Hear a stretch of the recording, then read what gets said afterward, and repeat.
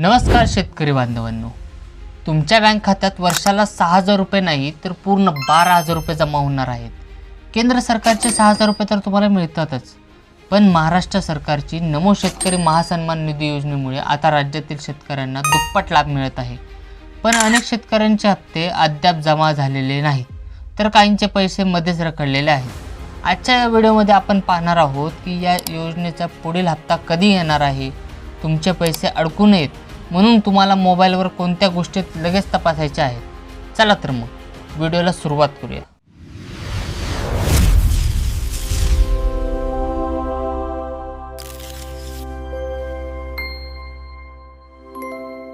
शेतकरी मित्रांनो, आधी आपण हे समजून घेऊया की ही योजना नेमकी काय आहे।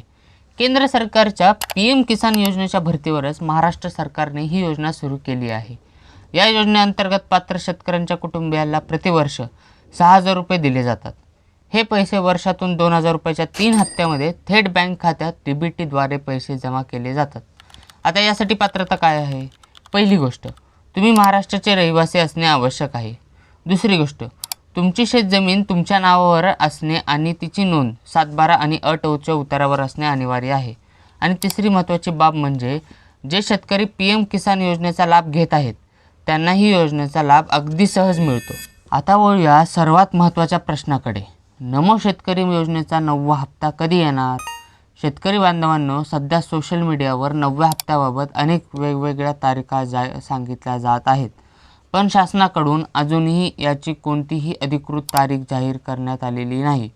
साधारणपणे हा हप्ता लवकरच सरकारकडून रिलीज होण्याची शक्यता आहे, परंतु तारीख जाहीर होण्यापूर्वी तुम्हाला एक महत्त्वाची तयारी करावी लागेल, जेणेकरून पैसे थेट तुमच्या बँक खात्यात येतील आणि कुठेही अडकणार नाहीत। मागच्या हप्त्याच्या वेळी महाराष्ट्रातील लाखो शेतकऱ्यांचे पैसे खात्यात आले नव्हते। याचे कारण काय आहे माहीत आहे का तुम्हाला? फक्त या 3 चुका।